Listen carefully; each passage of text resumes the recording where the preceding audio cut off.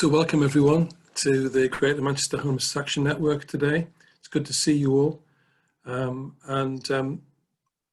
We thought as a support team that we should begin our time together with just a moment of reflection, given the situation that is developing around us.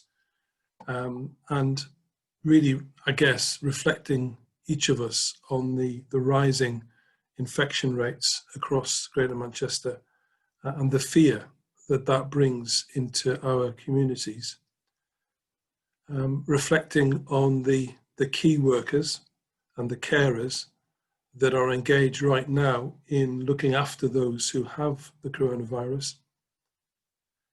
And really important, I think, for us to just remember those who have died as a result of coronavirus in our hospitals, in our care homes, and in community settings. Numbers keep rising, and there is a number that sits there for Greater Manchester now. But behind that number are names, actual people that have contracted the virus and have passed away. And behind every person, there is a family that is affected through that. And so I'm just going to ask if we could just spend a minute, just in a moment of silence, just to reflect and to remember at the beginning of our time together.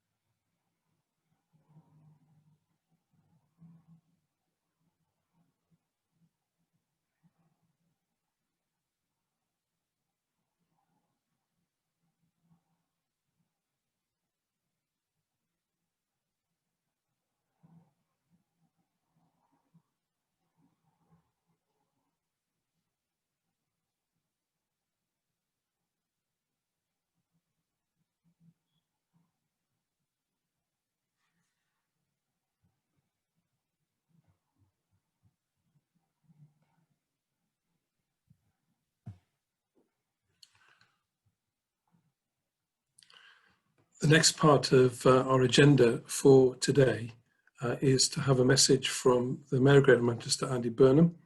And so again, we're going to play that to you now.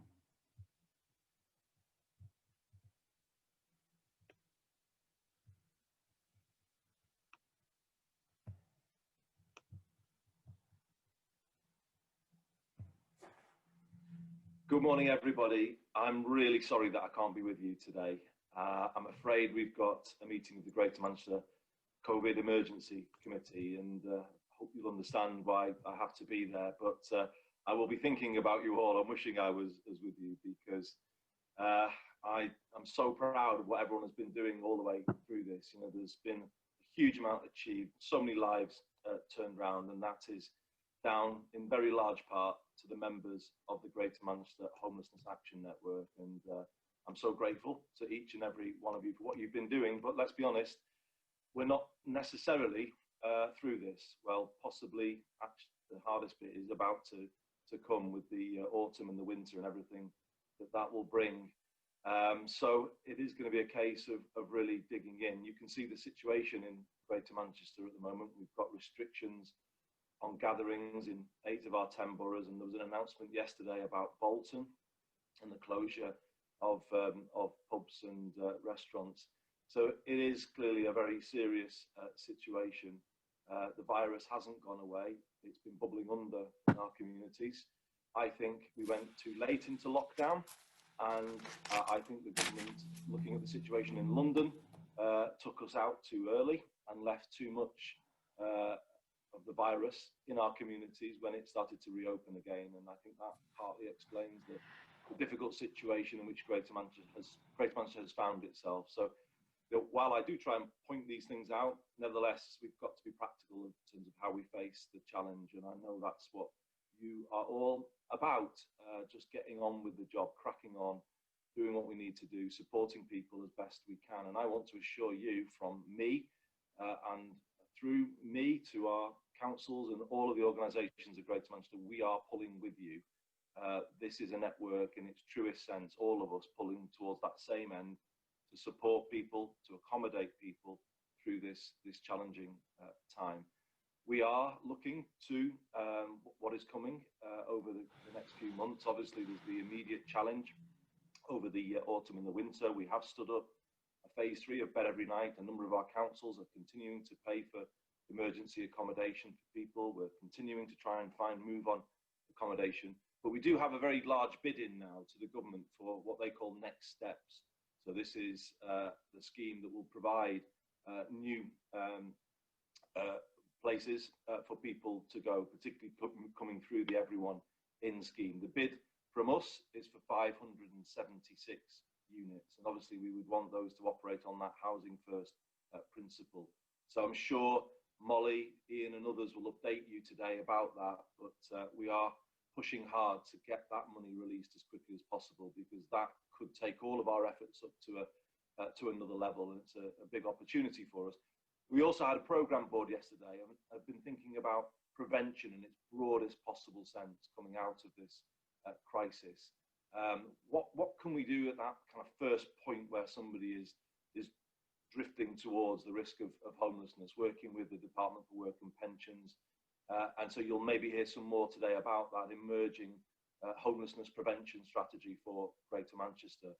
We recognise that there's so much more we need to do for families who find themselves in temporary accommodation. And if we go back to that meeting of the Greater Manchester Homelessness Action Network, where Shared Health and Nadia came to talk to us about her family's experience, I certainly for one felt this was an issue that we hadn't given enough attention to. So we've had a task and finish group on the programme board looking at that particular issue, and we're hoping to come forward with a new protocol soon around bed and breakfast accommodation, some better standards with regard to the commissioning of that, but then more broadly looking about what more we can do to have a different approach to this whole issue, and that will form part of our prevention strategy too. So there's been loads of great work going on, not just in terms of the direct support for people, but the thinking about the long term. How do we come through this? And I'm hoping that your meeting today will bring some new perspectives to all of that thinking as well, and make it even stronger. So I'll leave it there and let you get on with the real work. Just a thank you again from me for everything that you're doing. I hope you understand why I can't be with you, but my commitment is as strong as ever to ending rough sleeping in Greater Manchester, but more than that, moving towards a city region where everyone has the firm foundation of a good home behind them. One of the things actually why we're seeing so much of the virus in our poorest communities is because people don't have that. They have poor housing, insecure housing, overcrowded housing, linked to their work where they know they can't self-isolate because they won't be paid. That is why we are seeing so much pressure on communities in the north of England. And if levelling up is to mean anything at all, it has to start there, doesn't it? It has to start with giving people better work, better homes, and that's what we're going to be all about coming out of this. So thanks again, everybody. Have a great discussion today, and I will see you next time.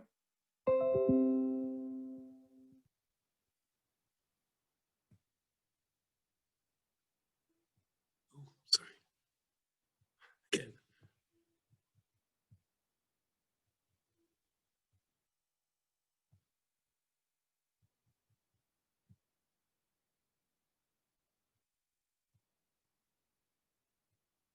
Proud of what everyone has been doing.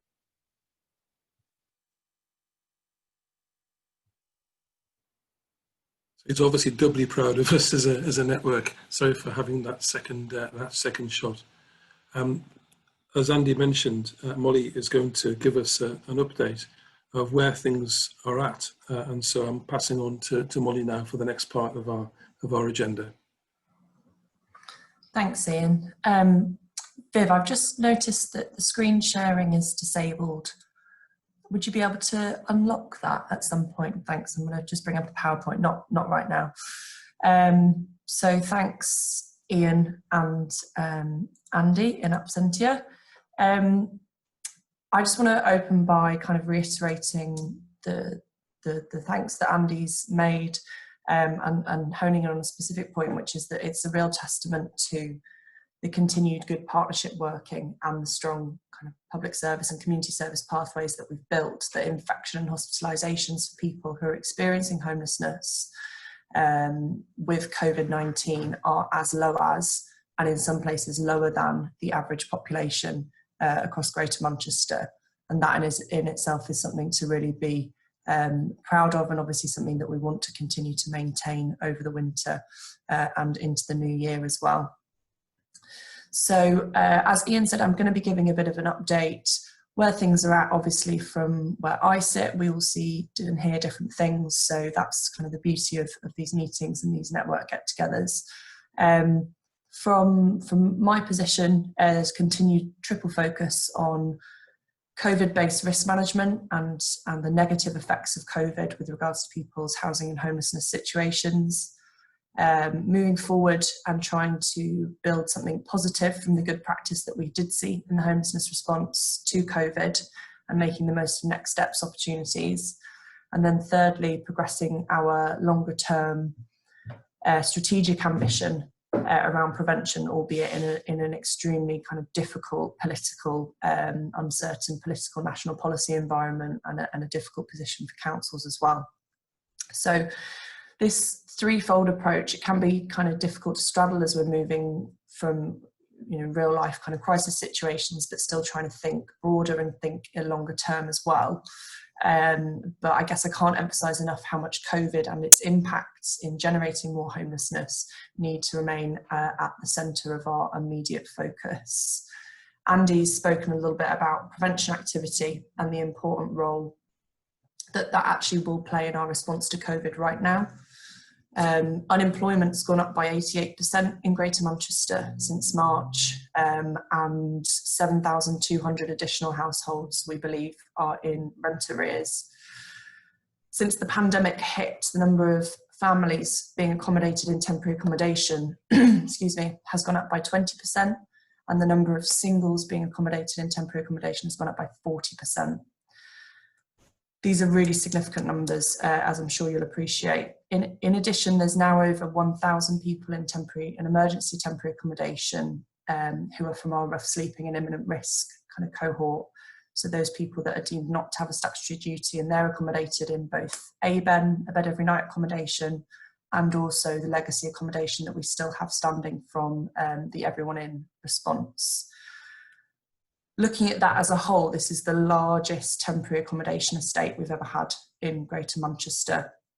And the capacity for local authorities to accommodate people and to continue to accommodate people is really growing, stretched, both financially with the resources that they have available to them, but also because they're having to procure more and more temporary accommodation within the existing market.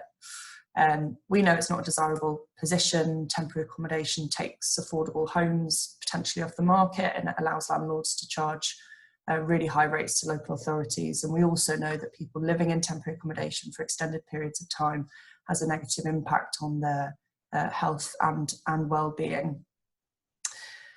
And we also know that move on's getting harder. So if I can share my screen, thanks Viv. I'll just do that now.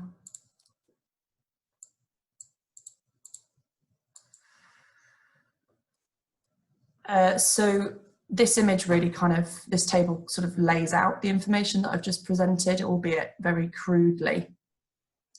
We know that we've got over 100 people on single night situations. Obviously there's more than that on single nights in rough sleeping. There's over 400 people still in Everyone In accommodation, and over 400 people in a bed every night accommodation. As I've said, the singles and families temporary accommodation, statutory temporary accommodation has gone up by 40 and 20%. So the number of people across that is extremely high. And the move on opportunities, so that column on the right, I think it's fair to say, you know, we've always been in a difficult position with move on and knowing that it tends to be outweighed by the number of people who are already experiencing homelessness and needing safe, affordable housing. But that balance is just kind of tipped even further in these circumstances. Now, there is some hope. Andy's mentioned the Next Steps Accommodation Programme, which is a government initiative. And we've got a significant proposal into government for funding across Greater Manchester, so both into local authorities and some collective work across the 10 as well. And we're hoping that that will help us really increase the number of interim accommodation places that we have for people that are rough sleeping over the winter months, but also creating, and this is kind of a real benefit, settled long-term tenancies and supported tenancies for people. I think he quoted 576, it's 526 as you can see there in the chart. But even with those opportunities, I think, you know, it's fair to say, and I'm sure everyone's, you know, aware of this kind of mood music, but the picture is pretty stark for us at the moment, for us all. And the most realistic message I think that I can give you is that it's, you know, it's probably not going to get easier, and that we just need to find a way of coping with more demand and stick together in that work. It's likely that January to March will be the toughest as we come to the end of the budget year and redundancies and job losses impact on an even wider group. So, hoping that's not put everyone in too difficult a place, I want to move on to the ways in which we can work together to try and carry this load and introduce the prevention framework that Andy mentioned as a tool and hopefully a practical guide in some of this. So the Greater Manchester Homelessness Prevention Framework, so this has been developed from a range of conversations and forums over the last 2 months that are listed here, that have been pulled together into a framework to help us take steps forward towards a prevention strategy. It is now available on, it went through Homeless Programme Board yesterday, and it's now available on the GMHAN website. Samra's put it up today. Thank you, Samra, for you guys to look it up, engage with it, and critique it, please. Another document, I think it's a necessary step in moving us towards a strategy, because it really sets the theory of change of how we're going to build the strategy, but also sets it within a wider context of reform in Greater Manchester, and in some ways kind of taking homelessness out of its own policy silo and placing it alongside the other areas of service policy and service design that we know are necessary to help prevent and relieve homelessness effectively. And I think what's really positive is that from these conversations that we've been having over the last couple of months, we've reached a position where it does feel really possible to describe the kind of system that we all want. So using the GM reform model as its backbone, each section of the framework describes what the system could look like. So I've got an example here. So this top section is what the system could look like, what it could feel like, and then the areas of work that we can pick up to help progress that vision.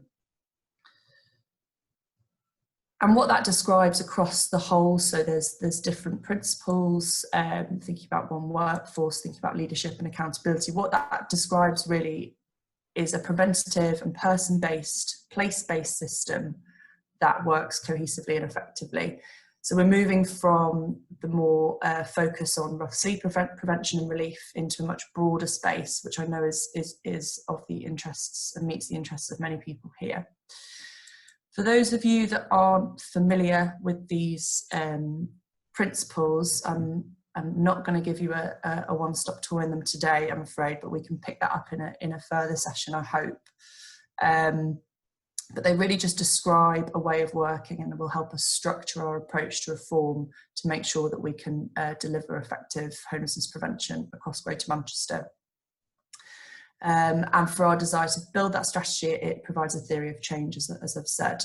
It's about moving away from the services that screen, from designing services that screen people out and manage demand, and potentially respond in policy silos with a referral culture, to responding according to what matters to people, is proactive, intervenes early, and is integrated both from the front line all the way up to senior leadership.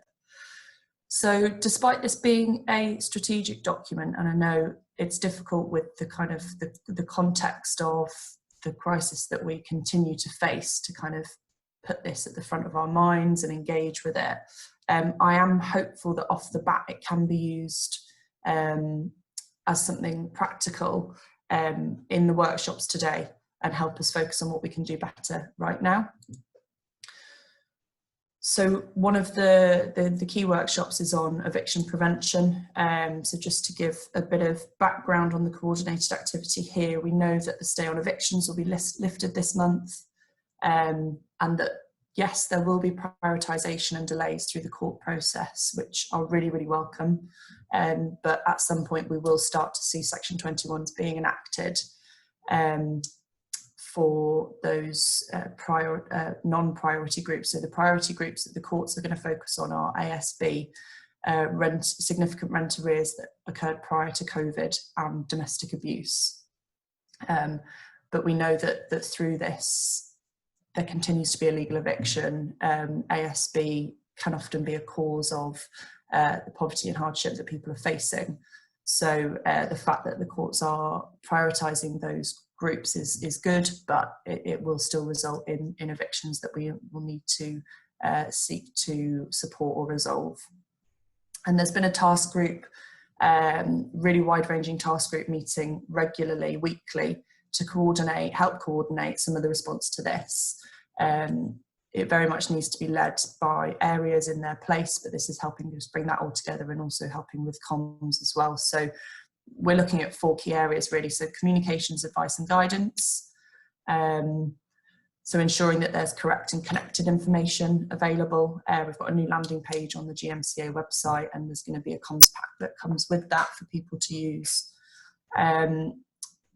It also helps us have a single channel to connect with landlords and support organisations in a timely and effective way. And on that group, you know, we've got the likes of the Law Centre, Shelter, and members from the GMHAN, but equally we've got the National Residential Landlords Association, local authorities, housing providers. So there's a really strong representation in that space and a really good willingness to work together. Second focus of that group is data and intelligence, so making sure that we're gathering the right data and as much of it as possible to provide insights and inform the communications that we do take and the prevention activity that we take.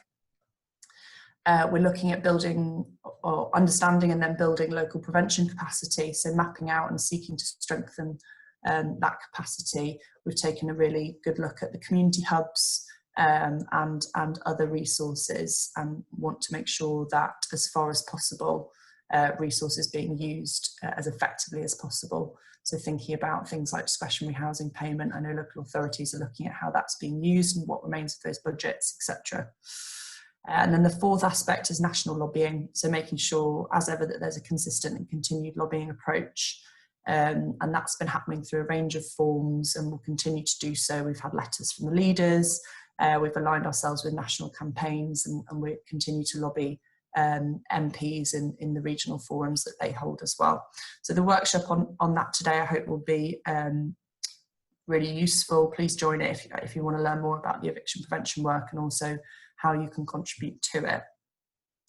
And just some further ideas of how we can turn these principles into practice right now from myself. So thinking about how we prepare and support our staff, being aware of the resilience challenge that we all face, that many of us are facing from the kind of 6 months of work that's just gone, but the 6 months of work just coming, as Andy said, is potentially harder still. So thinking about the psychological support and the kind of connectivity that we can give ourselves to the wider workforce so that people feel supported and prepared.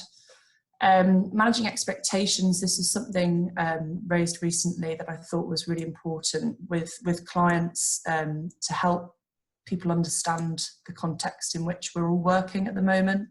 I think it's really important that people understand, especially the challenges of local authorities around temporary accommodation provision, and it avoids real, in some instances, real upset and anger when people think that they're going to be able to access one thing and that they can't because of the realities of the situation. So this isn't kind of excusing what we can't do, but just managing those expectations so that we can help support people most effectively. Working with Greater Manchester Police, the police are playing a really, really important role across the city region in supporting, helping educate and engage people with the COVID restrictions. They've continued to take a really supportive role with homelessness community and people with street lifestyles, and it's critical that we continue to engage and support them. And then using and contributing to the community hubs resources I've already mentioned. So these were stood up almost kind of overnight during the lockdown, and they essentially are multidisciplinary hubs within each of the localities, each of the local authorities, that provide a central space for people to call in and raise issues and concerns around COVID, and for that to get triaged and managed in an integrated way. So they do look slightly different in each of the localities, but I would encourage you to engage with that resource as a contributor, but also if you're looking for that kind of support yourself as well. So the reality, as we know, is difficult, especially when I think we all feel that we're making strong progress. It's really difficult to see that undone or overtaken by bigger pressures. But I hope this has been a useful introduction and update, and will help kind of frame some of the conversations that we're going to have later. And like Andy said, this space is really about hearing your ideas and your contributions, and how we can work together collectively over the next few months, because we know it's going to be as difficult as ever. So thank you. Thanks, Molly. So most of the rest of the session is going to be in breakout rooms and more interactive. But before we do that, there was a couple of questions in the chat which I just want to ask. And then we'll have like 10 minutes as well to hear from other updates from people that we need to know. So someone asked about, was the unemployment figure 88%? Was that right? Someone was checking. Yeah. And then Hayley was asking about the percentage that were under 25, if we have any information on that. I'm not sure of which. I don't have it to hand, but I'm sure we can find out. Okay, so maybe we can link that up after that was Hayley. Yeah. So we've got about 10 minutes, then we're going to have a brief break before the breakout rooms. So I'll keep an eye on the people putting their hands up, but there's 3 screens, so like let me know if I miss anyone, or you can use the raise hand. So it's just, does anyone have like a really short update, so a few sentences, maybe 30 seconds, just other things that you're seeing or questions you wanted to ask? And yes, points at this point, so we can just gather more of a picture of what's happening. It might be in your locality or something wants to add those, and if not, just keep an eye if anyone wants to raise their hand.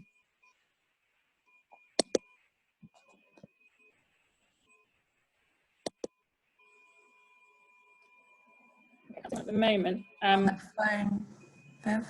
Sorry, got someone on the phone, Galaxy J4. Okay. Yeah, I did say about to set a name for that person, but yeah, if that person wants to speak, yeah, I don't know if the name. Sorry, that's me. That's can you hear me okay? Yeah. Yeah. First time on Zoom with this because my iPad won't load it for some reason. I'm having real technology issues at the moment. But I'm Caroline Evans from an organisation called User Voice. And basically what we do is we work, I only very recently was made aware of you guys yesterday, when it was as a result of a follow-up email, but either way, I cover Cheshire, Greater Manchester and Merseyside, and basically what User Voice does is we engage with current service users who are accessing probation and obtain feedback. So it's a platform basically for them to have their voices heard, and then we we obtain that feedback anonymously, and then we feed that into a council, which is run by volunteers who are also current offenders. And we put those solution-based proposals to the senior leadership teams in the probation service and prisons to make recommendations for change. So basically, I'm really, really interested in sort of like, I really do feel that the homelessness population, certainly in Manchester and wider Greater Manchester, is hugely underrepresented in that field, because they don't necessarily get the opportunity to have their voices heard, especially given the current times, because we're not able to see them face to face when they come into probation offices. Thanks, Caroline. Yeah, so it sounds important. We'll make sure you are linked up with, so some of the other people on the call are also working with either people that are home, there's people on the call that either are or have been homeless or are working with them. So if we make sure you're linked into them, and then we can make sure that in that co-production, your organisation is also, that's great. Thank you. I can see Jean as well. Right, thank you. My two areas of work are at the airport, where there is a homelessness issue, and also in Oldham Town Centre through the work of Oldham Street Angels. Certainly at Street Angels, we're seeing a huge increase in the number of new people who are coming on the streets, and who are becoming either sort of unemployed, or the situation at home is just is unbearable, and they find themselves on the street. Now we are able to feed more people, to give clothing, to refer them to housing officers who can give advice. But my question is, I would actually like to link in to somebody who's perhaps a researcher, who could speak to some of those people who are coming to us to identify why it is that they're on the street, what is it that's caused. So I just feel that we're sort of are absolutely fulfilling a real need, but it's that digging deep to find out why are they there, and is there something else that we can do besides just feeding them. Thanks, Jean. So yeah, obviously like really big questions and important, and I think we might be able to pick that up as well in one of the breaks. And also to my mind is one of the organisations in Manchester, we had sort of similar questions, and we had some simple questions for people coming in that tried to gather that data. But yeah, that would be one of the things we could pick up in the breakouts, and then have a break in the breakouts. So it's just if there's anything that's like yeah, something else wasn't mentioned by Molly or so I've got Councillor Linda. Yeah. Hi, thank you. Linda Robinson from Rochdale. What we're trying to do now with the eviction thing's going to really escalate. We've decided, the officers working with the councillors, to work with everybody that's in dire straits with rent arrears, rather than just leaving them to be evicted. We're going in and planning on a one-to-one a payment plan to make sure these people stay in their homes and not evicted. So that's one area, but I won't go into the rest of the room. That's just one area I think has been positive for our borough, that we do a one-to-one with people on a payment plan so they're not evicted. Thanks, Linda. The audio for me was a little muddled, but I think definitely heard about the one-to-one payment plans. And if you do have any information about that, if there's any more that you want us to share, then let us know. I can't see anyone now, so I think and then come back. We're going to have so yeah, we'll just take 5 minutes for a comfort break. And feel free to yeah, message each other or something if you want to.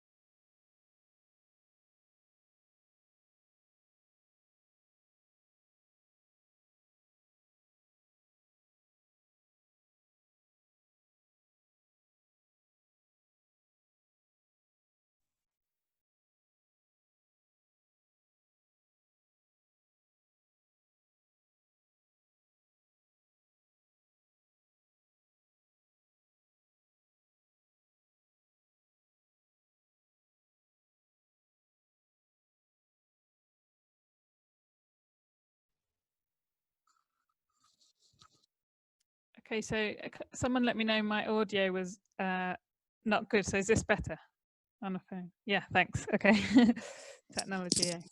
Yeah. Yeah, there's some things being shared in the chat which are really interesting. So it might be worth looking at those. We'll save all those as well. Okay, so the next half hour we're going to have some time in breakout rooms. So what I'd like to ask is, I'm going to ask each person to just briefly say the name of the room and what it's about so you can hear all of them, and then we'll let you know how to join. So Elaine, could you say about the first room, please?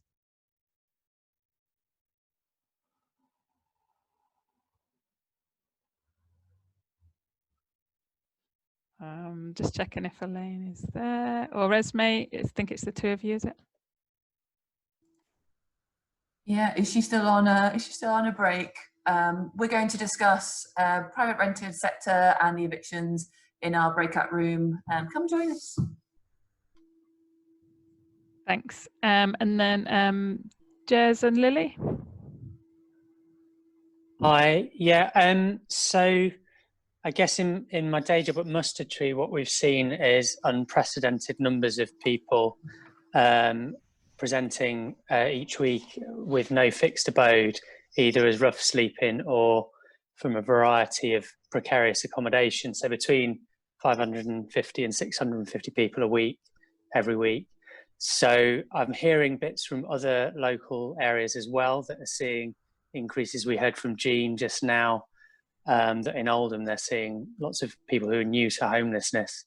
And I guess at the moment it feels like an overwhelming demand with a lot fewer services open or open face-to-face or open full hours. So I really just want to broker a discussion about how in our local areas all organisations working with this cohort can do more to kind of adapt services to the current need. So if you want to have a conversation about that, I'll be in that breakout room. Okay, thanks. So that's so far as around private renter sector and evictions, and one about this sort of crisis response. And then Matt Johnson.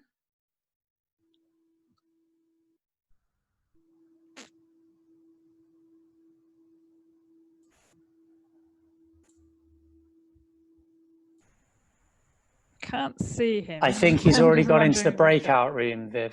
I think he's already... Okay, no worries. Can someone just, would you be able to just say what that one's about?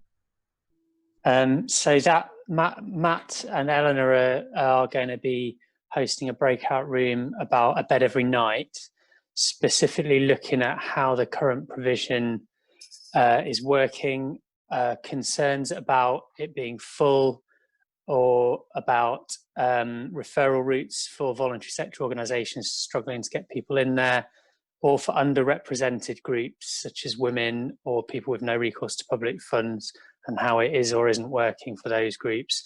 All of this with a view to winter coming up and numbers of people likely to want to access a bed every night increasing, and obviously in the light of COVID, other emergency accommodation provisions not being online this year. So that conversation is specifically about ABEN and emergency accommodation. Okay, thanks. So yeah, just to summarise, so there's 3 breakout rooms and I'm going to tell you how to get into those.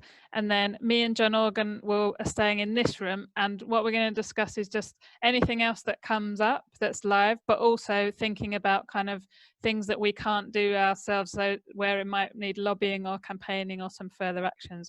So what you can also do is go into one of those groups, go into one of the breakout rooms, and then if there's a point where it feels like either you need that's been enough of that, and you want to raise something else, or if you see from those groups that there's some lobbying, campaigning stuff that needs to come back into the main room, you can do that. So there's 3 breakout rooms. You can pick one of those and go into those for half an hour. If you want to come back to the main room, you can, and the main room will be the original link that was in your email. So sorry, it's a bit confusing. It's like the simplest way of that is available for doing this when you want to choose what room to go in. So in the chat, there's one room for PRS and evictions, and the Zoom link is there. There's one room for the crisis response that just spoke about, and the room is there. And there's one room about ABEN and winter, and everyone else can stay here. So if you choose a room and go there and then come back, it will be, so yeah, it's nearly 10 to now, so just before 20 past to be back in the main room. If you're stuck, let me know in the chat, or you can speak out loud if you're stuck. So I'm going to be staying here. And yeah, go for it. Morning, everyone. I think I got an email from Elaine. So she's hosting the private rented sector and eviction. So just please bear with her while she's trying to host her meeting. Okay. So yeah, if you go to the room now, that you'll have to leave this meeting and go to that other Zoom link that's in the chat. Just let me know if you're stuck.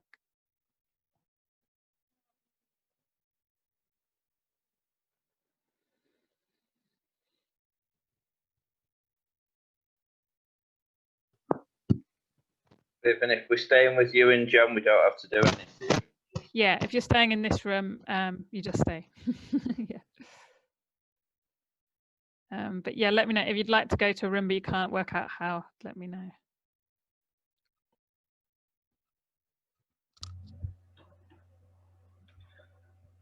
Just give that a couple of minutes for people to find their way.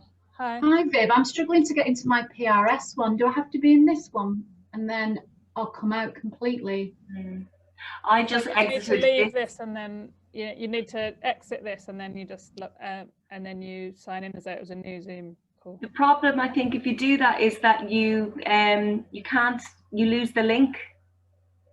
If you exit this, you'd have to just copy the link from the chat. Okay, yeah. Would you mind putting the links? Is there any way for you to put the links up again? Because I left and then I rejoined and I can't see the chat. Yeah, sorry. Yeah, no worries. Thank you. Which one did you want to go to? I think they're all in now. So personally, I wanted to go to the ABEN one. Yeah. Yeah, so Samra will repaste them in. And someone was asking, did you say staying in this group is chat about lobbying? Yeah, so this group's a bit more general, so whatever comes up from the group, but definitely including lobbying and campaigning.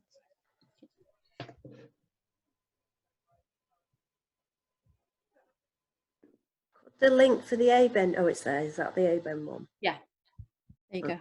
Thank you.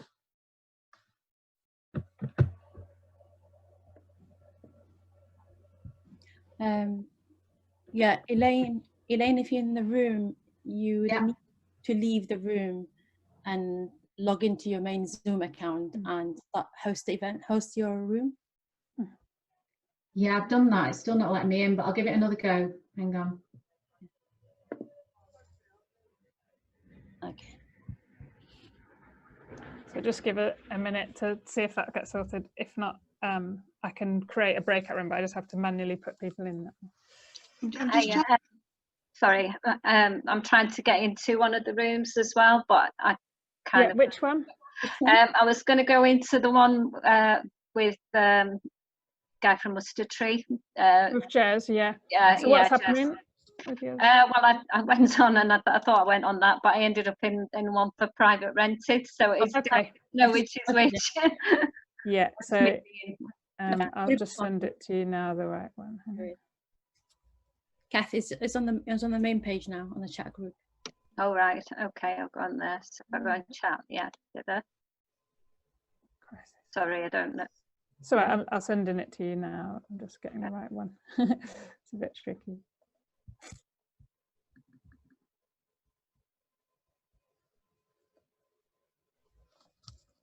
Is it this one now? Join to 84224100997. Is that the one? No. No, crisis response is 0997 at the end, and then. Could you just paste the crisis response one back in somewhere, and then? Yeah, sure. And then we should be good. Oh, there you go. It's at the bottom. Is this one? Yeah. So it's the 10099. Yeah, that one. Yeah, I'll try that one. Oh no, that's PRS. I don't know what I'm going. It's this one at the bottom. The last one, the last link Samra pasted in. Right, that one. Okay. Cool. Good luck. Okay, well, we'll start, but if anyone else is stuck, wanting to be somewhere else and is stuck, then type to me in the chat and I'll try and keep an eye on that as well. Okay, so yeah, it's really an open space for, I guess, anything that didn't have a room, or you've got suggestions where we think we need to actually organise more, like campaign and lobbying for change, rather than something that practically we can do. So I don't know if anyone wants to just yeah, put your hand up and start, and we'll just start a discussion and see where we get. Juliet.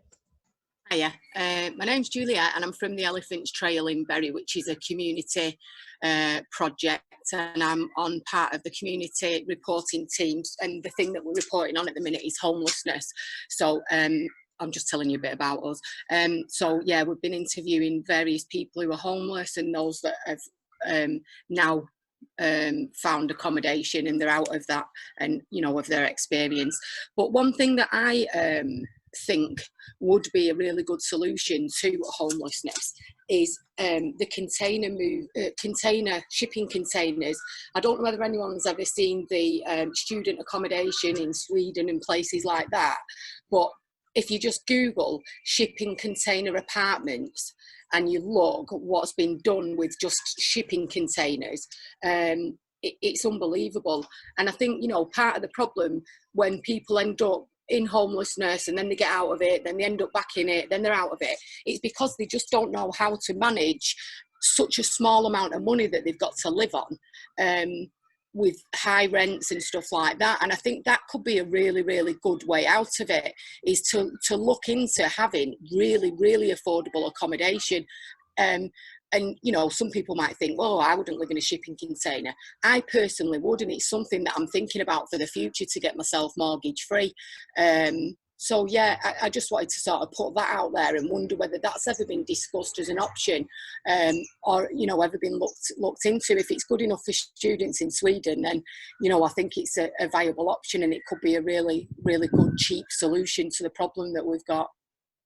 Thanks. I can see a couple of responses, so I'm just going to say from our point of view. So yeah, really hearing around like making sure we look at really affordable accommodation and ways of kind of being able to opt out of or not needed to manage so much money.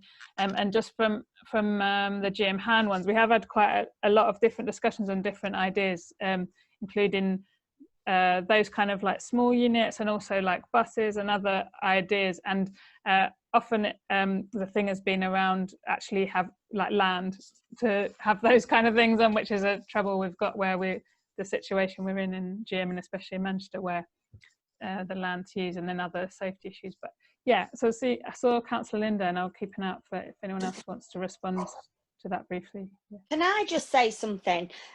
You've just said about land, obviously, but at the minute, we have got a lot of empty buildings around Greater Manchester. Can they not be utilised to be able to people in them at the minute? So yeah, maybe a few people could probably respond. And like what generally comes up is it depends who owns them. So mostly they're owned by. Well, we've got Bury Magistrates Court. It's a massive building. It's just absolutely derelict. I mean, that's the land's there.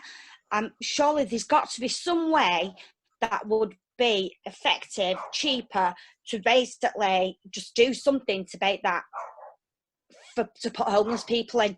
It's a massive area, and obviously, you know, it's linked with water. It's got bathrooms in. Surely, even if it's a temporary to take some of the people off the streets. Yeah, thanks. Does anyone want to? I don't know about that one particular, or generally, like this discussion again. I guess we always have, and it's really great to think it again where we're in a crisis mode of use of empty buildings and the barriers that normally come up. But I don't want to respond to any of those things. Linda, yeah. Yeah. Firstly, regarding the containers, late last year we had a meeting in Liverpool. All those that are involved in housing, we had a meeting at the Pier Head in Liverpool, and the Salford Mayor was the main presenter there, with other people from different parts of their businesses. And we had a gentleman there that was discussing these containers, and we looked at these containers, and quite a few obstacles came up, but we were all very keen to learn more about these containers. Now, since that meeting last year, I've not heard anything since. So I will ask Paul next time I see him, how far did we go with investigating those containers from Sweden? Because they're not just in Sweden on that one. Now, regarding the courts, we have a court that's not being used at the moment as well. But what we found, we took over an empty hotel, because the hotel was far more fitter to put homeless people in, because it all had separate bedrooms and washing facilities. But not only did we take over this empty hotel, we put the services in there with the people through lockdown to make sure they stayed there for safety and worked with them while they were in there. But sometimes it's very, very hard to get hold of a building because it could be in the process of being put for sale. There could be TMOs on it for all sorts of reasons. And it's what's been put in the public last year on the news with regards to one building that was used in the centre of Manchester didn't look well on the people that were using it. And I'd rather us try and work with the people rather than being called squatters when they were desperate for somewhere to live. So there are various reasons why you can't always use a building. I'd use all the empty ones if I was allowed to. But that's just a bit of few points. Thank you. So I'm really aware we're, which is welcome, like we said, anything interim, that we're kind of going into like the sort of crisis response and accommodation, which may be better in one. There's either a crisis response room and also there's the emergency accommodation room. So I want to make sure we do have some space in here for other things, and also the campaigning and lobbying. I can see Sandra, so I'm coming to you in a sec. I'm just hearing, I'm seeing on the message that the PRS group there's some issue with the room. So I want to check who here wanted to be in that, and maybe I need to create a breakout room. So are some of people here wanting to talk about PRS? I can't see anyone. Serena. Yeah, I've just asked Elaine to come back. And yeah, maybe, yeah. Okay, the best I can do is quite tricky, is I'm just going to type in, if anyone wants to be in a PRS room, I can set one up, but I need someone else to like facilitate this because I can't do both at the same time. Yeah. Yeah, you want me to hand over to Sandra? So you got she'd like to share. Yeah, great. If you can do that, John. Thanks. Well, it is a sort of lobbying thing, but separately in various groups, the idea of basic income is coming forward very strongly. And I know in a meeting I went to, Andy Burnham would be quite interested in Greater Manchester being, if this ever happens, a kind of trial area. And it seems to me that in terms of prevention, that actually if people had a basic income, it won't cover their total rent or mortgage or whatever, but some of the stress about this situation, it could mean that people would have less pressure. And I just think that we need to be thinking at the housing end, what additional support to enable people to stay in their homes is needed financially. So I think I'm plugging basic income policy, but I think people in housing need to be thinking what additional money might still be needed if people are not to be evicted.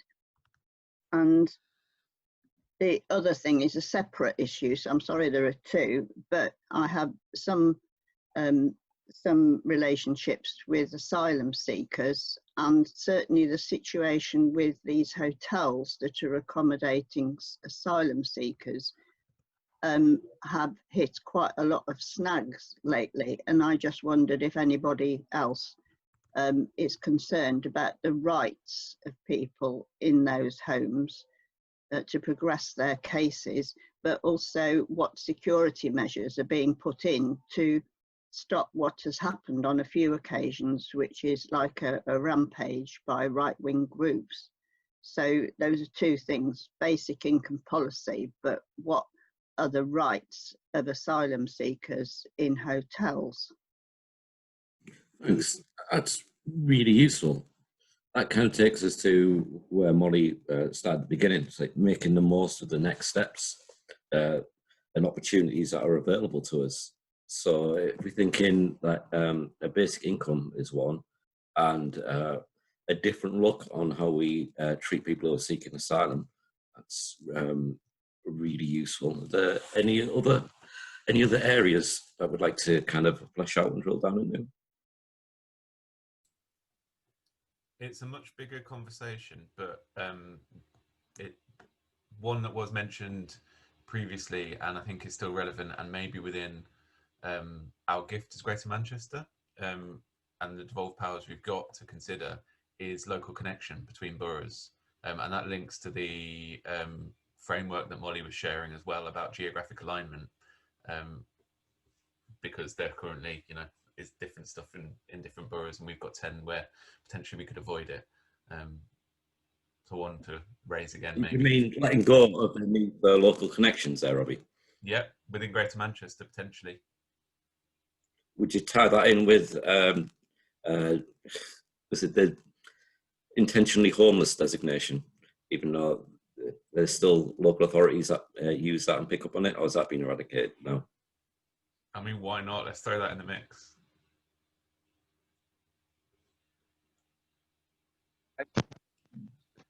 Sorry, can I come in? Should we go to Mark, then go to Juliet, was it? Caroline. No, it was Caroline. It was. Sorry, can you hear me? That I'm actually located in Anglesey. We've only just got electric here, so technology is a bit of an issue. I do apologise in advance. But one of the things that we, or that whenever I'm kind of like looking at sort of like reducing reoffending, kind of all of those things, I get really frustrated sometimes at the fact that it's almost like a one-size-fits-all, like that people make decisions about what solutions are out there. Those needs need to be individualised, and I think that is something that for the future, I understand completely that together as a group we ought to sort of like take small steps, etc. But I always try to describe it that it's everybody's responsibility, societies, the police, everybody's responsibility to enable people and empower people to have the tools to rebuild their lives for whatever reason they've come across hardships, whether that's offending, homelessness, whatever it may be. And unfortunately, too often, that toolbox tends to be a generic one, and therefore people are less likely to pick up the tools if those tools are not the appropriate ones for them. So I think that, that there needs to be some work done on ensuring that, yes, we have, like, if you like, a store of tools, and that when we're working with individuals to enable them to rebuild their lives, that those tools are available, they're individualised as opposed to general. Does that make sense? Yeah, is that a kind of plea for a more resources for more nuanced and individually tailored responses? Yeah, it's more. I understand that homelessness, etc., is a general problem. I absolutely get that. But as we move forward, I think sometimes we talk about fantastic ideas, solutions with regards to invigorated empty buildings, containers, all of these fantastic ideas, and that's brilliant. But as we move forward from that, support needs to be in place, as somebody said earlier, with regards to employment, so they keep their homes, support with regards to education training, so that they can then build on those foundations.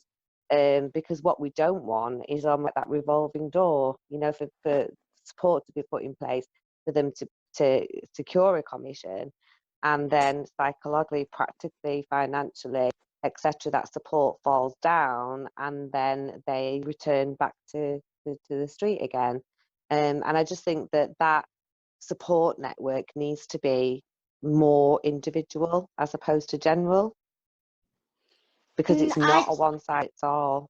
Can I just say something? I'm a massive big believer in, obviously I'm a lived experience, I'm classed as an ex-offender. I received absolutely no support whatsoever after a 10-year sentence. Now, obviously from my lived experience, and I've obviously spoke to people who've done short-term sentences, long-term sentences, the biggest thing is, which I never expected, is the people's mental health when they get out of prison. It's something that needs to be made aware of massively. I think people in the housing section and things like that possibly could do with a little bit of trauma training or a bit of even compassion training. I'm not willing to put anyone down, but I basically, from a housing officer, was told that my best option, she knew nothing about me apart from the fact I was an ex-offender, would be to go back to prison and come back out again, as that would make me vulnerable. I had just served a 10-year sentence. No housing worker should be saying that to somebody. It's not right. It was terrible. And plus the thing, I think, with all people that are homeless or are addicts or even offenders, the main ingredient in their probably lifestyle comes from a lack of self-esteem and lack of basic just belief in themselves. And I don't think anybody in society, a lot of us, help them to gain that. And I do think if we went back to basics and just started with simple things to build people's self-esteem, make them believe in themselves, and then I've gone off. I think I've gone off, my battery's gone low. But yeah, that's my belief at the end of the day. I just think if we go back to the basics, and yeah. Yeah, before your batteries go, has there been any suggestions or comments? Any podit? Sorry. Molly, I think I was just going to say thanks for that, Melanie. Thank you. Do we have something from either Matt or Patrick? Hiya, John. Yeah, I just wanted to follow up on what Caroline was saying, you know, around this individualised thing, because sometimes what can happen is we can have like a structure which is very general, even in terms of like evaluating people and stuff like that. Now, we have a guy involved in our project from the Rochdale area, and he actually fell into a category where, like, what had actually happened was his wife had passed away. Now, he'd always worked and he had, like, you know, he was in quite a stable situation, but his wife had passed away. He fell into grief and through like a little bit of depression and things like that. Before he knew it, he found himself on the streets. Now, it was very hard for him to get back to a process of stability because of the way that it was geared up. You see, if they would have treated him in an individualistic kind of way, you know, if they would have looked at his the uniqueness of his situation, it could have been prevented with like an initial intervention. But they made him go through the same process as people that are like, you know, this like general structure that's already in place. They made him jump through the same kind of process as opposed to treating it in an individual manner. And it ended up being a really long-winded affair when it didn't actually need to be. So there is something like really to be said for, you know, like treating people on an individual basis and making a sound judgment as each case merits. Yeah, I guess that was it. That's what I really wanted to say, you know, in line with what Caroline was saying. There was something else that I wanted to say, but it's completely left me mind, in all honesty, John. Cheers. Some really strong support for that kind of tailored individualistic support. Matt, do you want to jump in? Yeah, I will. Right at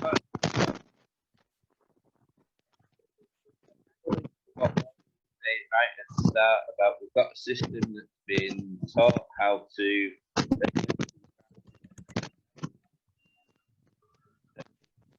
relate, and I actually think that the workforce that already do that is like might be slightly controversial, but I think that that needs to be disinvested in.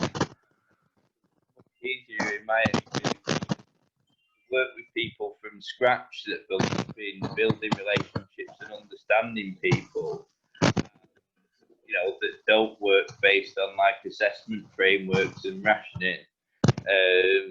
It's much easier to invest in services like that can be creative. So I think when you're talking before, yes, universal basic income, yes, you know, the right to housing for everyone, but actually, you know, I think in only experience that bit about you know, finding your sense of purpose and finding your strengths and all that kind of thing. That never came from services, that came from other people in my life that knew how to have a natural, genuine conversation with me. And I think that's something that people need access to as well. Is that echoing? There's a search for kind of meaning and worth on an individual level, but that might not be best found in traditional services. That's the great summary of what I said, yeah. John, we've still got Dave and Sam with their hands up, who might have a contribution to make. Cheers, Robbie. Sam? Hi, my name's Sam Pratt. I'm from the Shared Health Foundation, and amongst loads of other projects that we do, our Homeless Families project is kind of our biggest one that we work on. And we've been banging the drum about homeless families for a number of years now. It's not a new thing, not a new issue that's been in Greater Manchester or the UK. And yeah, we're talking about lobbying here, so I just want to kind of like update you the kind of work that we've been doing. And it was great that Andy Burnham mentioned in his message before of the kind of the work that we've been doing, and Nadia, who's our lived experience worker, has been working on for ages. There's loads of issues that have come up over COVID, obviously, with that for all kinds of homelessness.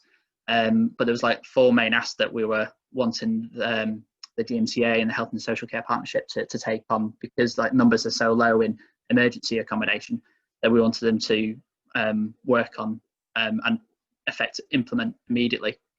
And with all kind of like everything else that's going on, we realised lobbying kind of issues, no matter how important they are, it's tough, because everybody's here wanting to do a good thing. Everyone that's counsellor, or whether they're paid or not paid, you know, we're all trying to do great things. We all want the better for the general public and for our people's health, but it's tough getting the message through. Everyone's coming from lots of different angles, and it's taken us a while to work with the council and work with Health and Social Care Partnership to get these things through. And so we're working with them on a task and finish group, but that's taken a while, and that's not out of any kind of like they don't want to. Of course they do, because they're listening to our recommendations.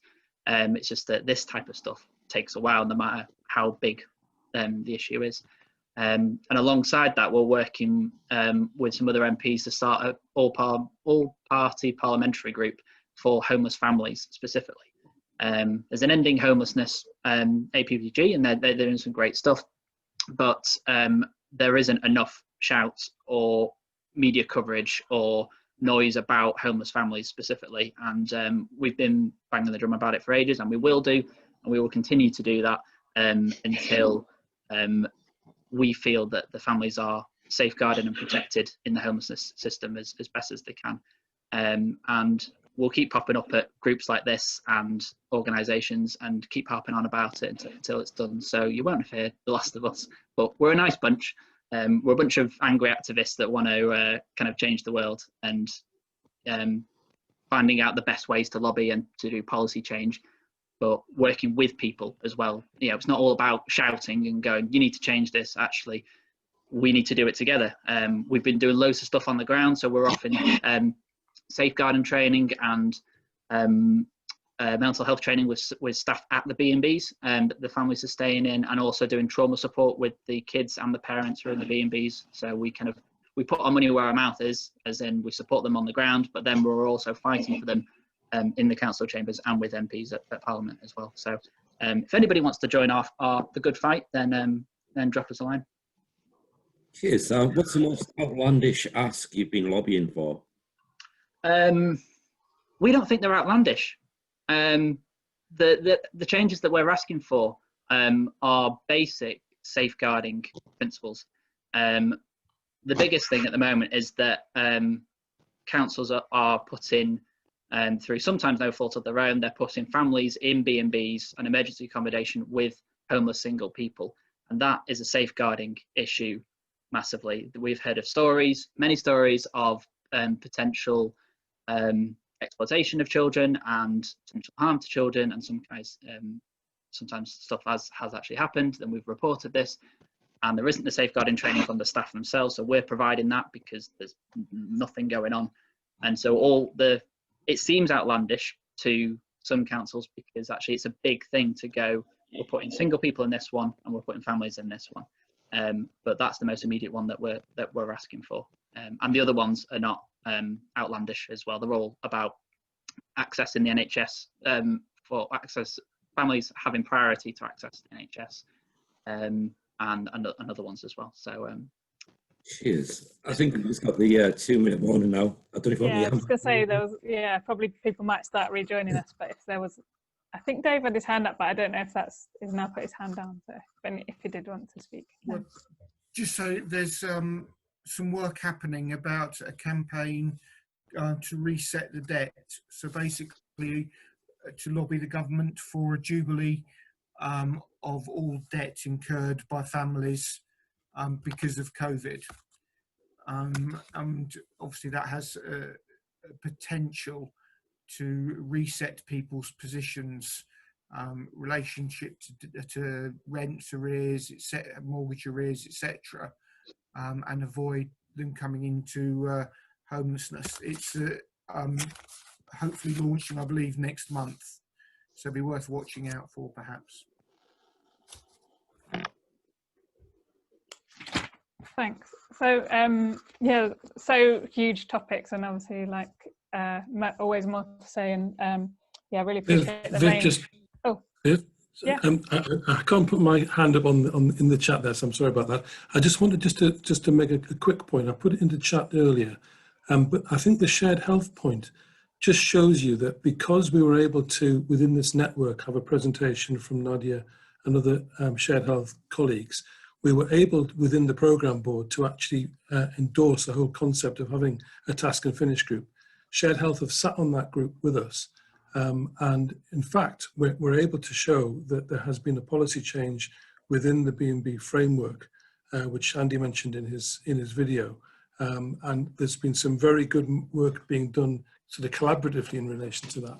But perhaps the most important bit is that we've got sort of homeless families within the sort of shared health agenda in terms of inclusive health, and I've mentioned that there. And also we're bringing education and children's services into the mix, along with voluntary sector and faith sector, so that we can have this sort of web in each of the localities. So it's important to see that we've been able to actually work together in relation to that, using those policy questions to actually bring it into a task and finish group within the programme board. So obviously there'll be more to come on that, 2 more meetings, but we would hope to reach a sort of conclusion fairly swiftly. Just wanted to make that point. Absolutely, thanks Ian. And and it takes a while to do this stuff. We're all working together to make sure that we safeguard these families as best as possible. And it takes people from all different walks of life and who sit on different boards to make these changes to happen. So thanks to everyone that has been involved and will be involved in the future. Great. So hopefully, if things have worked out and people remember the timings, people will be coming back from the other rooms now as well. So I'm just trying to look around to see. Is anyone yet back from either of the other 3 rooms that wants to report back? I'm back. I can see Linda. Hello.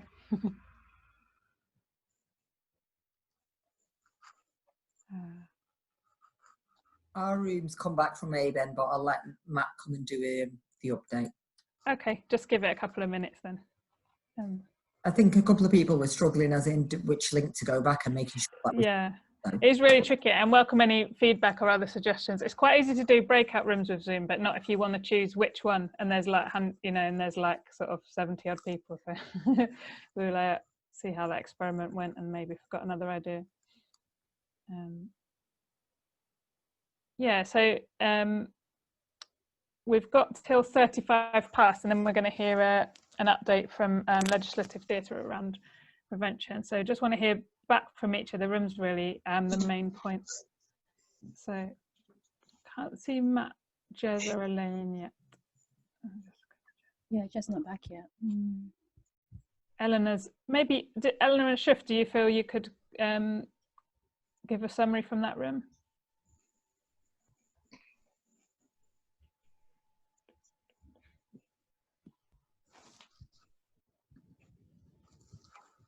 Yeah, I can give you a bit of a summary. Thanks, Joe. Well, I was thinking you start, I'll chip in. One of the things we were talking about was exclusions, and basically there's no unified approach across JM.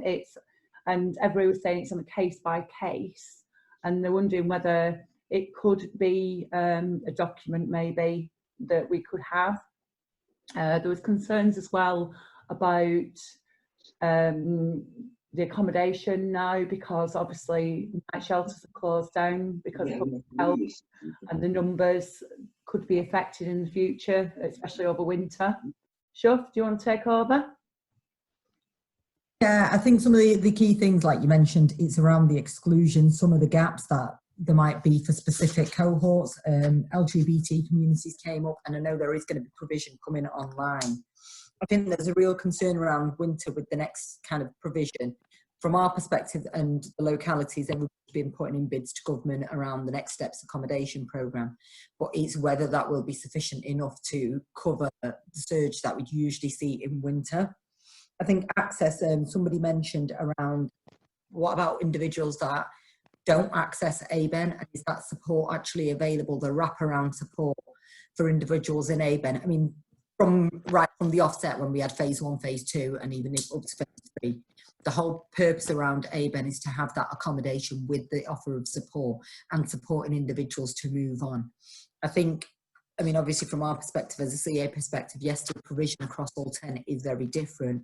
And I think that came across quite heavily through the group as well, that they are seeing different elements, and it's that unified approach that everybody's actually asked for again.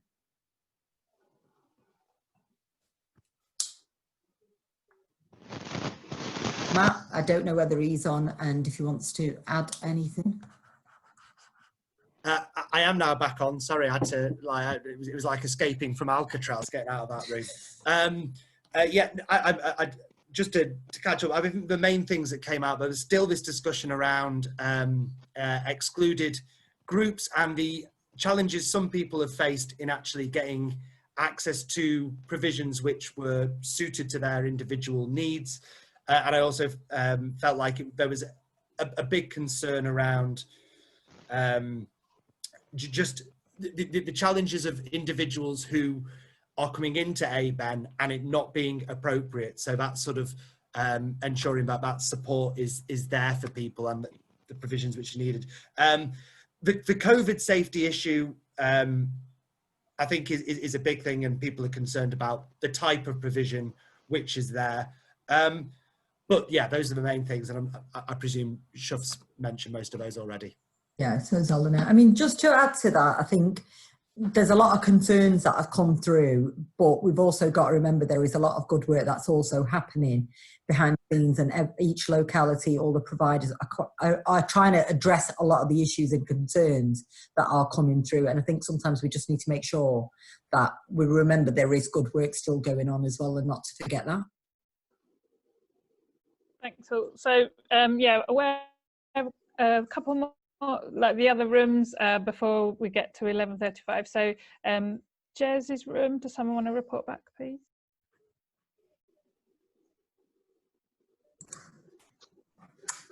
I'm happy to have a go, but if you were in that room, please chip in as well, because I definitely didn't get everything down. I think Lily was taking notes. I think we're definitely seeing lots of increase of need right across the conurbation. We had quite a good spread of different local areas and authorities represented. I think things that we're struggling with are things like services running telephone services, which is great for the general population, but not really working for the rough sleeping and other vulnerable cohorts that we're trying to support. So there's a real need for either services to open their doors or to partner with services whose doors are already open and provide other bits of the picture that are needed. I think there seems to be a frustration about certain services having reached out to mental health services or drug and alcohol services and not having the support or the help that is really needed to add to what different organisations are offering. We are especially concerned with that in the light of imminent further lockdown.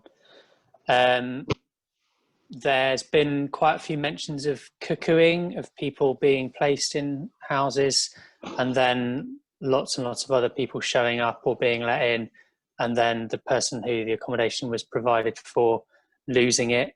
And that seems to be increasingly common with the additional numbers of people without secure accommodation at the moment. Does anybody else from this call want to chip in? I think there was quite a lot said that I've missed. Jess, it's Chris. Could you just remind people of the PES payments and the alternative payments for people? Can you do that? I think you'll do a better job. Okay. Is that okay? We did mention everybody that during the obviously the current crisis, we have been DWP. Sorry for people who don't know me, I'm Chris from DWP. We have been supporting a number of the agencies and partners with our Rough Sleeper teams through everyone in and the street engagement teams. And one of the areas that people struggle with is people getting access to benefits, especially to universal credit, if they've not got bank accounts or people selling phones. So if they were getting the payment exception service, which is a payment of universal credit by either an online or a code via a phone or by an actual voucher, that is available. We've made that available to a lot of our rough sleepers. They can either get, if they do have a phone, a code will be sent to the phone and they can go and cash that via a pay point. If they struggle with that, obviously we don't want anybody to be in hardship, we can actually get the vouchers issued either to an agency via an email, and we have had some at the job centres. Although the job centres aren't fully open, we can invite people by appointment to collect vouchers. So obviously, again, if you've got people who are not on universal credit and they're getting ESN, you're not sure whether they're still in receipt of ESA or PIP, we've been doing some liaison there. So please let us know. We might not have had engagement with all of you, but please let me know for your areas if you need some support, and I'm quite happy to broker that. Jez is going to send my details out after the meeting. Thanks, Jez. Thanks, Chris. I was going to say, yeah, if there's some information we can send out, let's collate that. I can see Stan with his hand up, and also 2 more rooms to go in 4 minutes. So if we can do a fairly quick point, if that's okay. Stan, did you still want to say something? Yeah, I'd just like to say, would it be possible for someone to take responsibility of compiling what is available face-to-face in the Manchester area and make a list that's available to people who can, you know, pass it on to others? Thanks, Stan. That was a good point. We did mention that at the moment there isn't current up-to-date available information, I don't think, in any of our local areas about what services are open and what they are delivering. We'd really like to get that up to date on the Street Support website. But I think for now, what we probably need is a bit more of an immediate response where we compile all this, maybe on a spreadsheet or something, feed it into Street Support, but also have something that we can kind of find in each local authority, what's open, what's it delivering, and maybe also what the needs are for that service. So if we can circulate something as part of the feedback and minutes from this meeting, I think if we can ask people to respond to that as soon as possible with your service opening hours and criteria and what you're delivering, that would be immensely helpful. Thank you. Yeah, so yeah, we'll definitely pick that up as an action. And yeah, like I said, it's I think around Manchester as well, it's sort of that request has gone out but not heard back from everyone. So the quicker people can get it back, we can put that together and circulate it. I'm really keen, we've only got a couple of minutes, so definitely want to hear from the other breakout group. I know there was difficulties with the PRS, but maybe someone can just report back. Yeah, I'll report back. So yeah, there was technical difficulties, but actually we had a really good conversation once we all got together. The first question posed was what was the current demand that people maybe on the ground are starting to see around PRS and evictions. A couple of key points from that were around the role of social landlords. People are excluded due to rent arrears, and even going back a number of years, they are excluded. So once they're evicted from one social housing provider, it seems to exclude them from everyone. From everywhere, and also then in terms of if they need to move from private rented sector, they're struggling then to access social housing. The second key point was around landlords. Actually, that's what the demand people are seeing in terms of how distressed they are. So even though they've had mortgage holidays, repayment holidays, they're still not getting any rent. And ultimately, if they're not supported, they potentially could get their properties repossessed. And then that means, you know, people are going to get evicted anyway from their homes. So it's basically what can we do to support the landlords a bit more. Also about young people, particular cohort that are really struggling at the moment. People seeing increased demand. So they might have moved back with families just because when COVID locked down, they were on 0 contract hours, they've been at college. And again, just what the options are for them, especially when they're quite young, sort of that 16 to sort of 18-year-old bracket. And those that are in debt prior to lockdown as well in terms of rent arrears. It's just compounding the current issues of what's happened during COVID and those barriers that people are facing now with universal credit, applying for that, DHP, and just all these factors and the processes that people have to go through. You know, people are struggling. So that was in terms of the current demand. In terms of what we can do to support people who can't access services in the normal routes, maybe because they're digitally excluded or they are vulnerable in some way with a learning difficulty, or people who traditionally have never accessed that service. We've had some really good examples of people being proactively telephoned. So we had Andy on from the bond board, and they've proactively contacted over 700 people who've had a bond from them to see how they're coping.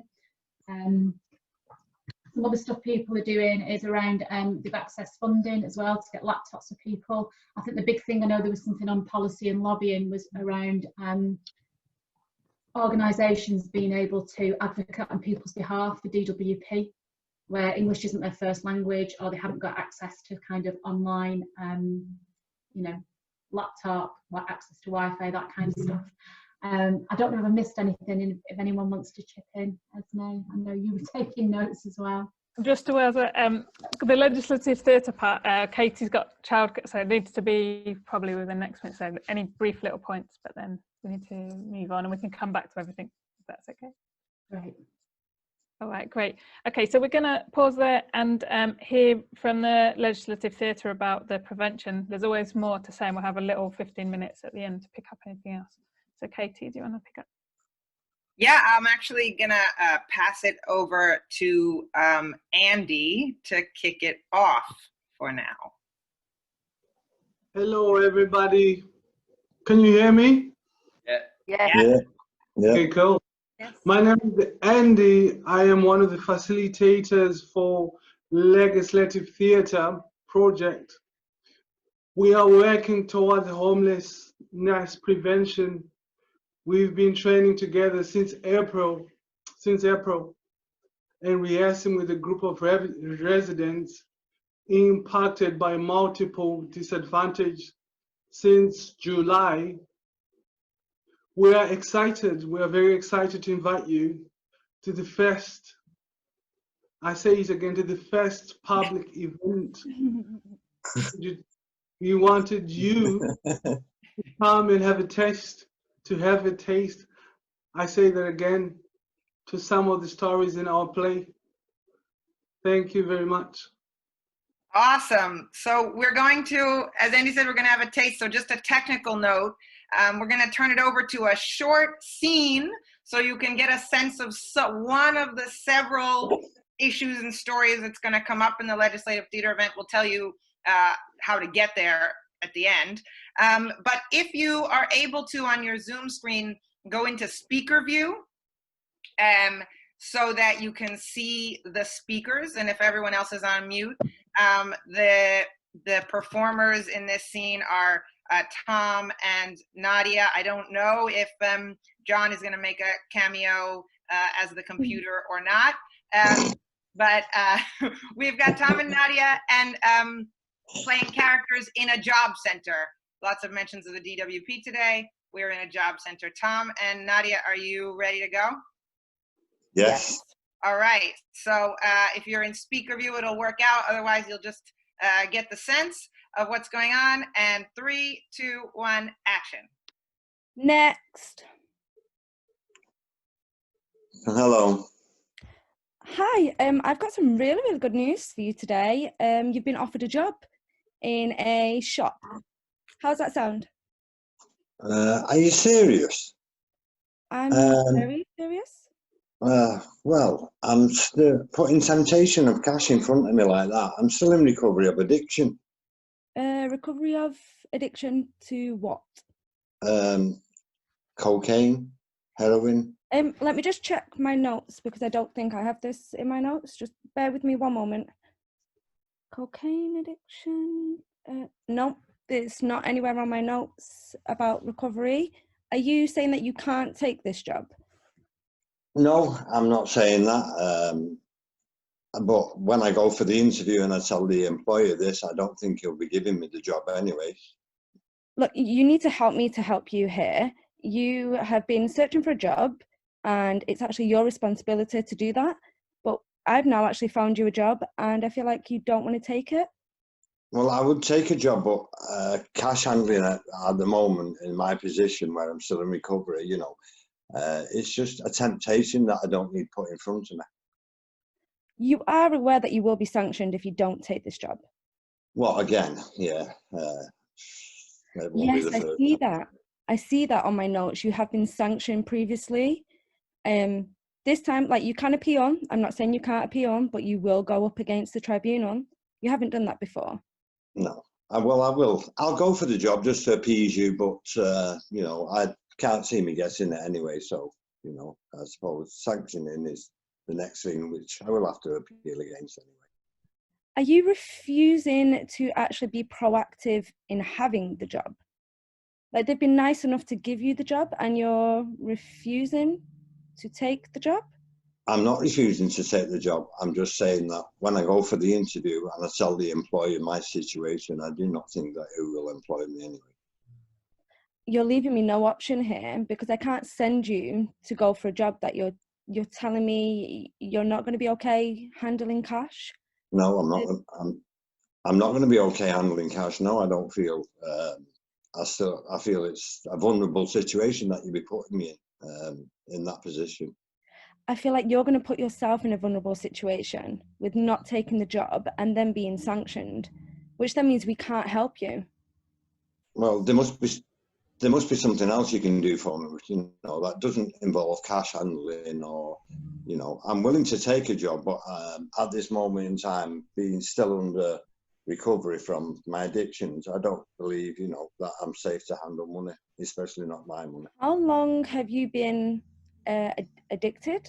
Because it's not on any notes here. You haven't got any notes? No, not about an addiction. Well, I mean, it has been mentioned before, obviously, you know. To me, I've been in recovery about 12 months now, and you know, and it's still not easy. I still have relapses, but that's long. I do try. That's long enough for you to then be able to go and work, because Is I it? have no other option here for you other than take the job or sanctioning. Well, as I say, I'll go for the interview, and we'll see what the outcome of that is. Then, won't I? Okay, I'm going to make an actual note on your case then, just stating that you're going to go for the interview, but you're not going to be proactive about taking the job. I'll be very proactive about taking the job, but when I explain the situation to the employer, I don't think I'll get it anyway. But I am very proactive, and as I say, to appease you, I will go for the job. I think it's more so it's appeasing yourself and your livelihood and being able to sustain living to take the job. Okay, I'll go for the job. As I say, I'll go for the interview, no problem. Okay, they're expecting you tomorrow morning at 6:30 a.m. Is that okay? Yeah. To get there? Well, yeah, I'll just have to stay up all night so I can get there that early. That's not a problem. Okay, that's great. Well done. All the best, and I've got to see somebody else now. All the Thank best you. in your new job. Okay, bye. Next. Thank you, Nadia and Tom. Everyone is clapping silently. So that's one scene out of several issues, things happening at the DWP and also in the housing office. Let me turn it back to Andy, and then we'll just take another minute for anyone in our group to make any other kind of give you a little bit of background or announcements about what's going to happen there. So Andy, do you want to chime in again, or? Yeah, we will be involving the audiences in coming up with new policies and rules to address the problems. We need all your experience and your creativity. And invitations are coming soon. This is it. Like Michael Jackson said, this is it. Please mark your calendars for 30 September in the afternoon. Thank you. Yeah, awesome. And so the 30th of September is going to be the first, as Andy says, the first legislative theater event out of 3. This one is about multiple disadvantage specifically. And you know, that, as Andy said, we're going to be actually asking you to come in. Some of you have seen these events already and try out new ideas and develop them into policy. You might be getting invitations to be policy makers and kind of people who have a role in decision making. You will definitely be getting an event to be a spectator, someone who watches and also takes action. I want to shout out the rest of the facilitator group that's here, just in case anyone has anything else to add about that. So we've got John is part of the team, and we've got Stan as part of the team. We've got Pat Clinton, who's on the call as part of the team, and Nadia and Andy, of course, and Tom and another crew of awesome people are the actors who've been working with us.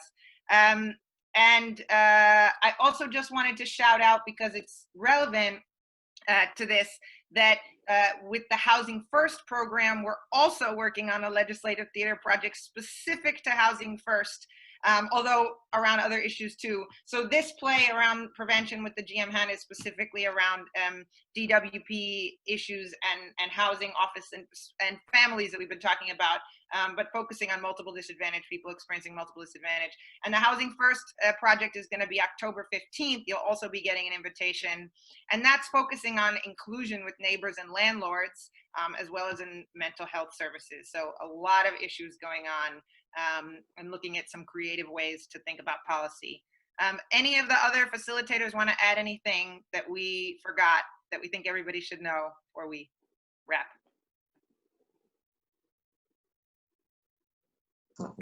No, I think that's everything. I would just like to quickly tie in how we could bring in some of the bits we talked about in the lobbying section. Specifically, one of the things that was brought up was universal basic income. So the scene we just saw, that would be really interesting to look at how the dynamic would have changed if we have a different payment structure for how we support people, or how we recognise and what we recognise as work.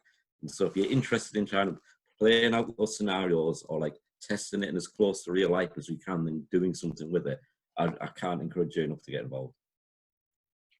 And if there's going to be ways to be there in person, assuming that the rules don't change and we are allowed to be there in person. And there's also going to be ways to be there on live stream. And both ways are going to be participatory. So all 83 people who are here can be present on Wednesday the 30th. starting at about 2:30. Mark your calendars, and I think that the GMHAN and the GMCA are going to be sending out invitations in the next few days also. So we won't take up any more time, but you can reach out to us if you have questions, and we might be reaching out to you for help. And let's just give another thank you also to Nadia and Tom for sharing that scene. That was awesome. And tricky on the Zoom, but fabulous.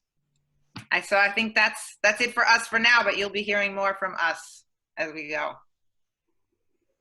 Thank you. Thanks so much. Well done, Tom. And Thank you. Thanks everyone. So yeah, I think really looking forward to those. Seeing those and getting the invites will be out for those very soon through the mailing list. I put the mailing list in the chat, and I'll put it in again at the end in case anyone's not on there. So we've got about 12 minutes left. Robbie's going to give a few other updates and things we wanted to mention, and then we'll see if anyone else also has things they want everyone else to know. Thanks, Viv, and thanks to Tom and Nadia as well. That was awesome. I'm really excited about seeing the rest of that work and what it can lead to. So we just want to finish off with a few final bits about what might be coming up in the next few months. An opportunity for anyone to share anything else that they think would be interesting to in the time we've got available. So just a few kind of headlines. One workshop already mentioned earlier in the chat by Tabs.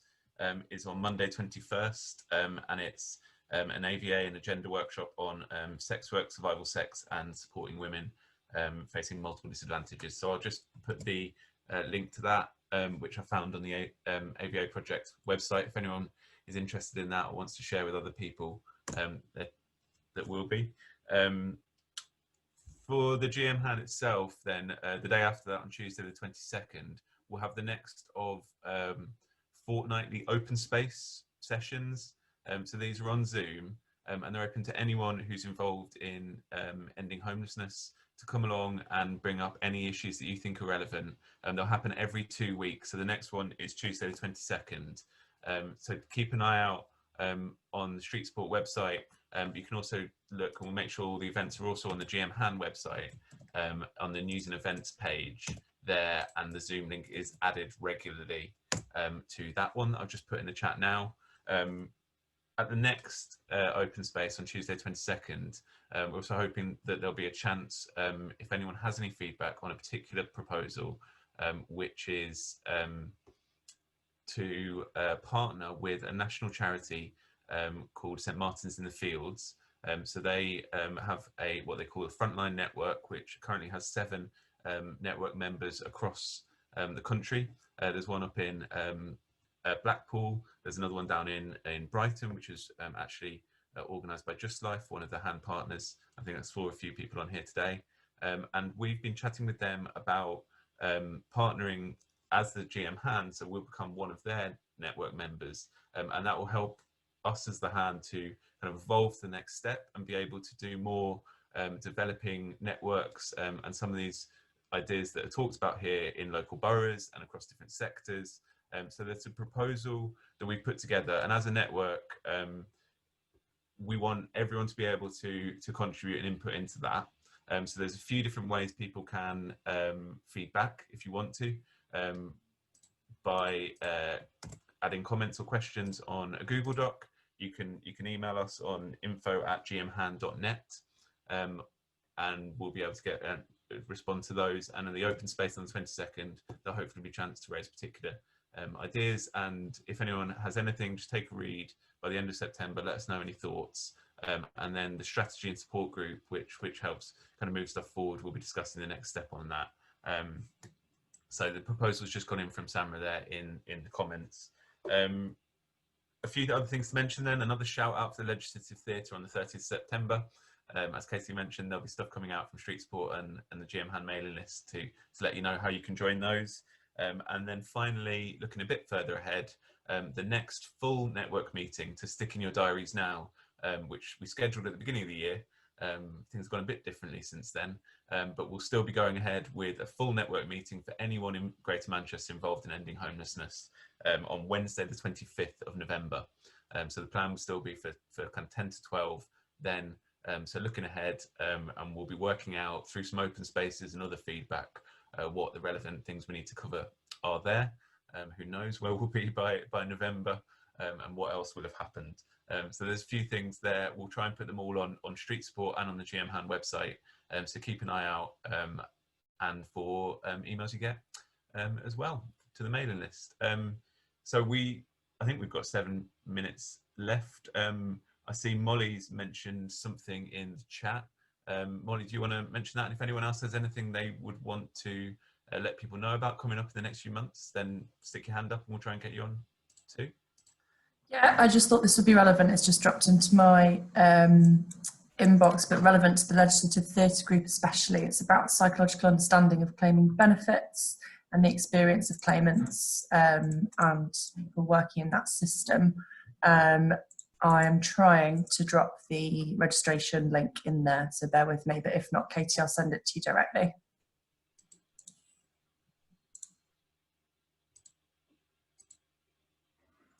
Thanks. Craig was just saying that the event about the women sex workers looks like it's fully booked. So maybe if can link you together with the organisers of that afterwards. And then, yeah, a few questions about getting on the mailing list. I just pulled my headphones out. A few messages about getting on the mailing list, and there's a link in there. And you can also go to gmhan.net, and there's just a link on the front page that says join our mailing list.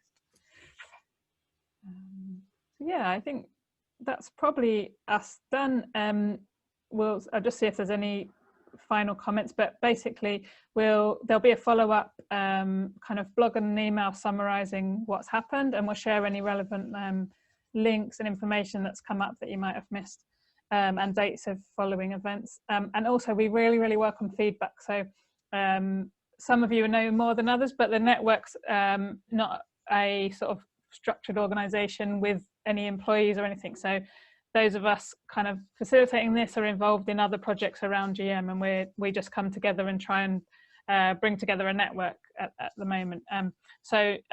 Yeah, we welcome feedback, and we also welcome like contribution and ideas. So you can use the email link to let us know if you have anything to offer, or you have feedback or things you want to see done differently. So that's always a really open invitation there.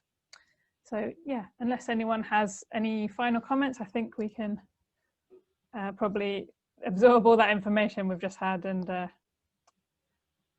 say goodbye. Just flick through. Yeah. Okay. All right. Thanks everyone for coming, and keep in touch and see you soon.